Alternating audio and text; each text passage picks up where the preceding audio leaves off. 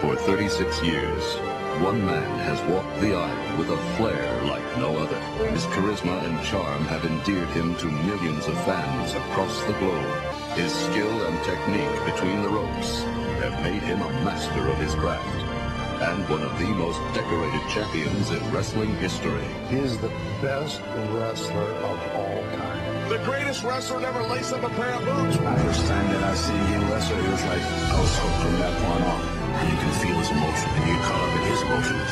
He just has that ability to connect with our fans. The passion comes through because it's genuine. Oh my God, what an unbelievable performer. He's probably one of the toughest guys out there. You feel his passion for this business.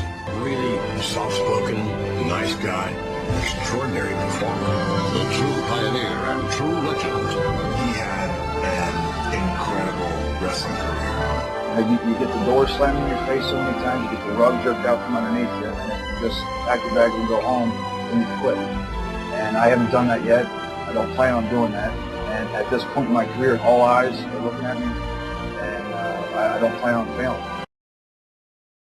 Mr. Clean gets rid of dirt and grime and grease in just a minute. Mr. Clean will clean your whole house and everything that's in it. Mr. Clean, Mr. Clean, Mr. Clean.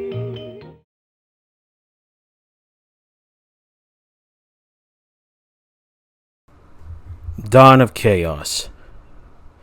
That is when I sprung my plan into action. And everyone has been wondering, why, Mr. Clean? Why have you been attacking the WWA roster?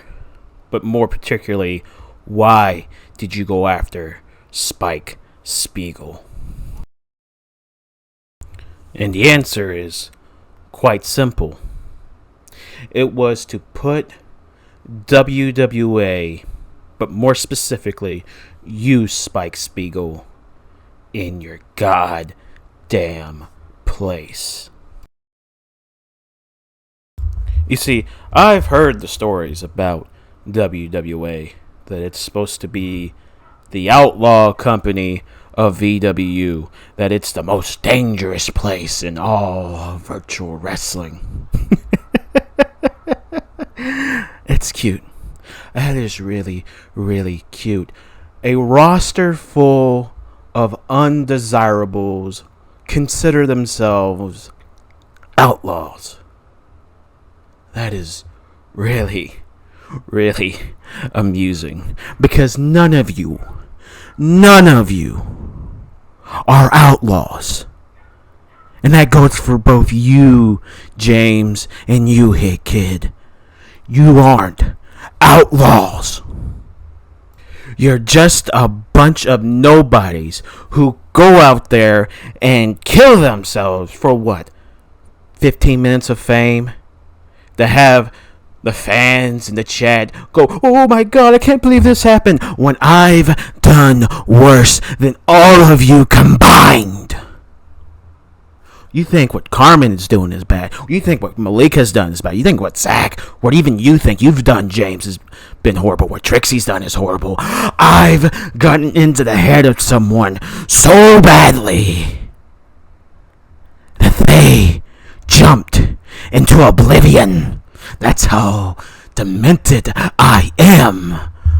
That I can get in your head that bad, to the point where you will end it all without me even lifting a finger. You see, you all want to talk about what Spike has done. Spike ain't nothing compared to me. You see, you all have been riding what I have built. You all are walking on the foundation that Mr. Clean built.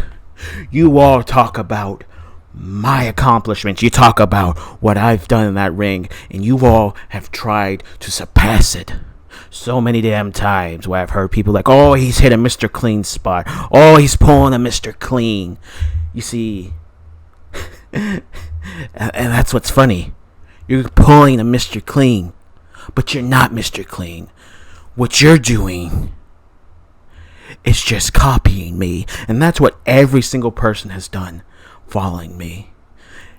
Has just been a cheap carbon copy of Mr. Clean. Riding my coattails. Seems very, very familiar. You know, James, back to you. Many people have always debated between you and Charles Schultz, who's the Shawn Michaels and who's the Marty Jannetty of your little, I guess, little makeshift friendship, or whatever the fuck you two have.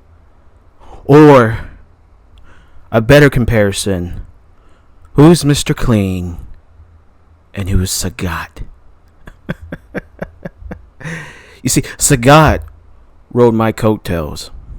You see, the only reason Sagat ever got success in No DQ CAW was because he had to be in my shadow. That 7-foot bastard had to be in my shadow. And let me tell you something, James. Let me tell you something, Charles. Neither one of you all are the Mr. Clean. You're both Sagat. Only thing you can do is ride others' coattails. You see, James, right now you're riding on the coattails of Malik Brown, because it's not the fact that, oh, what Malik has done or what Malik has said has gotten you. You saw it as an opportunity to advance your own career. And I applaud you for that. I absolutely applaud you for that. That is shit that I would do. But the difference is, I would surpass the person. You're just always going to be behind Malik Brown. See, Malik Brown is always in your head. He's living in your head rent free. And it's really, really pathetic. You're absolutely pathetic, James Needham. You are. Just like your goddamn roster is. Just like Spike Spiegel is. And Spike, it's now to you. You see, Robert McNichol, during your entrance, which, by the way, Robert McNichol, you would never, ever sniff the ass crack of Aaron Rift, let alone ever lick the toe jam between Dr. Pizza's toes.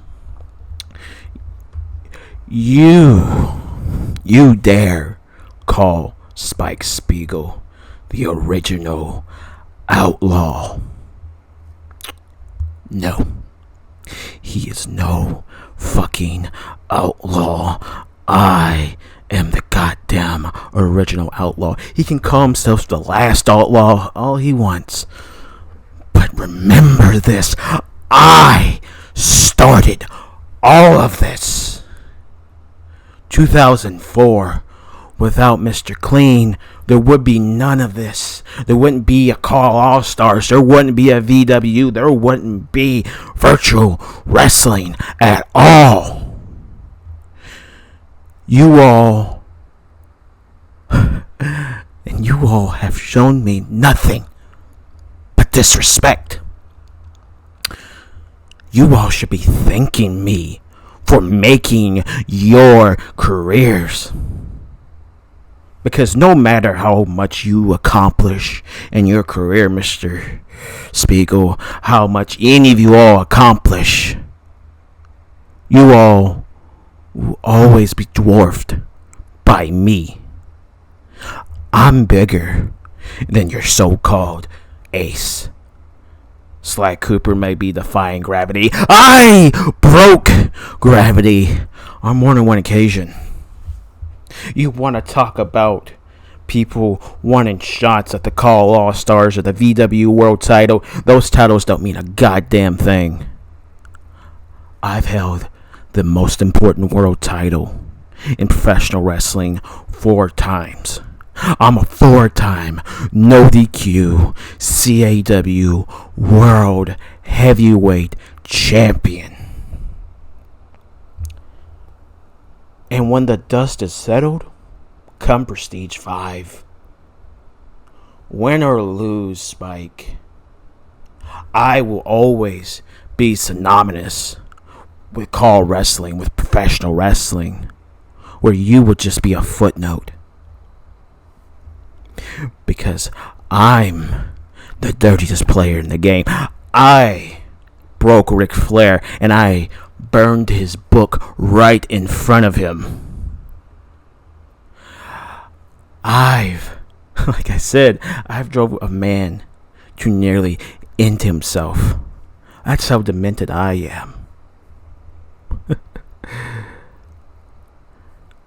Everyone owes their careers to me. And by Prestige 5, when that bell rings and my arm is raised in the air, I want all of you to say, thank you, Mr. Clean. And I will reply with, you all can kiss my ass.